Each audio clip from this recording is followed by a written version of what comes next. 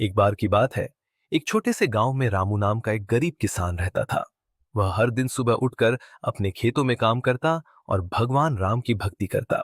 लेकिन रामू की किस्मत हमेशा उसके साथ नहीं थी। फसलें कभी अच्छी नहीं होती थीं और उसकी गरीबी बढ़ती जा रही थी। एक दिन रामू ने सोचा, अगर मैं भगवान से सच्चे दिल से प्रार्थना करूंगा तो शायद मेरी समस्या का समाधान होगा।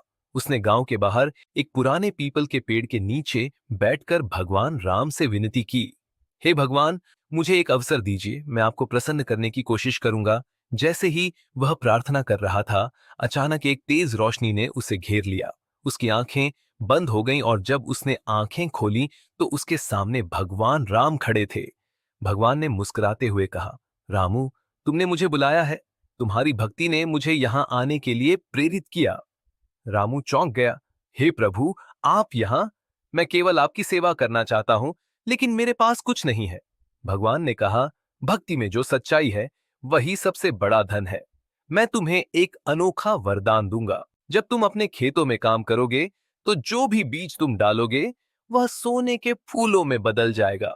रामू ने आश्चर्य से कहा, क्या यह सच है प्रभु? भगवान ने सिर हिलाया और कहा, लेकिन याद रखो, इसे सिर्फ अपनी भक्ति के लिए उपयोग करना, लालच में मत आना। रामू ने भगवान को धन्यवाद दिया और घर लौट आया। अगले दिन उसने खेत में बीज बोया और सचमुच हर बीज सोने के फूलों में बदल गया। गांव के लोग हैरान रह गए। रामू ने सोने के फूलों को बेचकर बहुत धन कमाया, लेकिन उसने अपनी भक्ति नहीं भुलाई।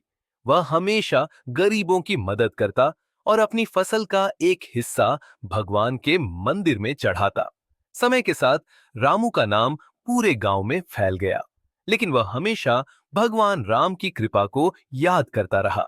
एक दिन भगवान फिर से रामू के पास आए।